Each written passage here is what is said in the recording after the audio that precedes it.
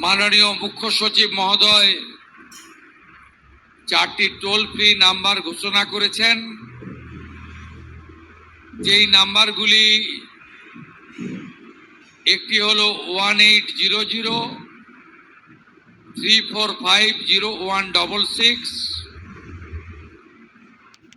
1800 3450167, 1800 3450168, 1800 3450169। গোটা রাজ্য জুড়ে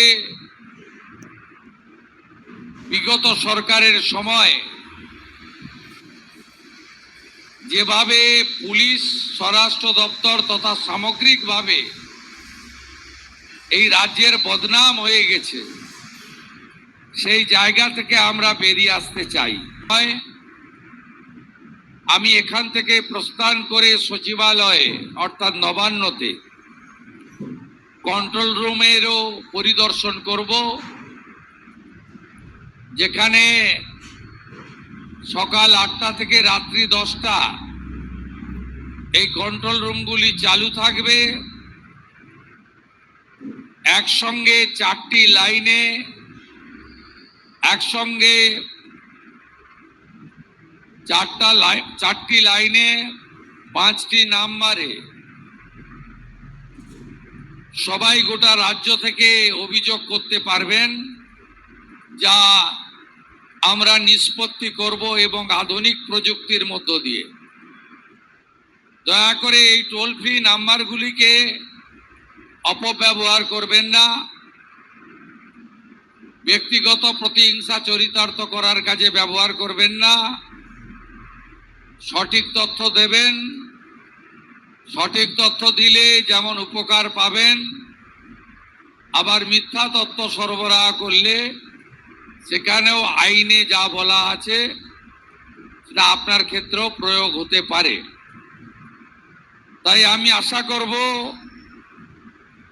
মাননীয় প্রধানমন্ত্রী নরেন্দ্র মোদীজির যে ভিশন আছে এবং এই সরকারের বয়স খুব বেশি হয়নি, মাত্র 10 সপ্তাহ।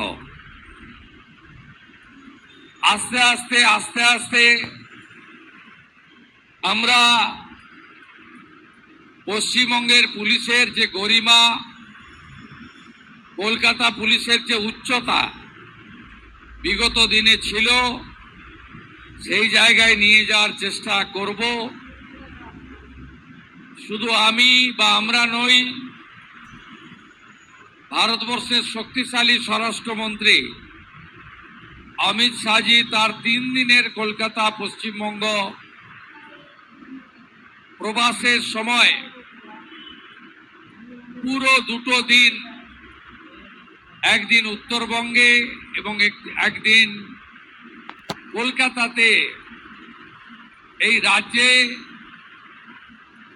পুলিশ এবং পুলিশের বিভিন্ন বিভাগকে আরো কি করে গতিশীল করা যায়, আধুনিক করা যায়, তার প্রত্যেকটা বিন্দু নিয়ে আলোচনা এবং সিদ্ধান্ত নিয়ে। যদি পুলিশের সংখ্যা নিয়ে রিভিউ করি তাহলে দেখব যে যেখানে ভারতবর্ষে জনসংখ্যায় পুলিশ রয়েছে গড়ে প্রতি লক্ষে 155 জন, আমাদের রাজ্যে পুলিশ আছে 106 জন। এক্ষেত্রে আমরা উত্তরপ্রদেশের বর্তমান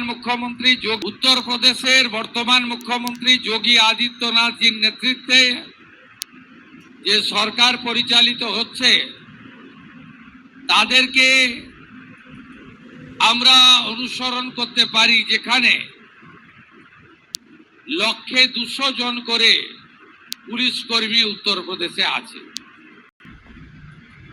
যেভাবে পুলিশ, স্বরাষ্ট্র দপ্তর তথা সামগ্রিকভাবে এই রাজ্যের বদনাম হয়ে গেছে, সেই জায়গা থেকে আমরা বেরিয়ে আসতে চাই।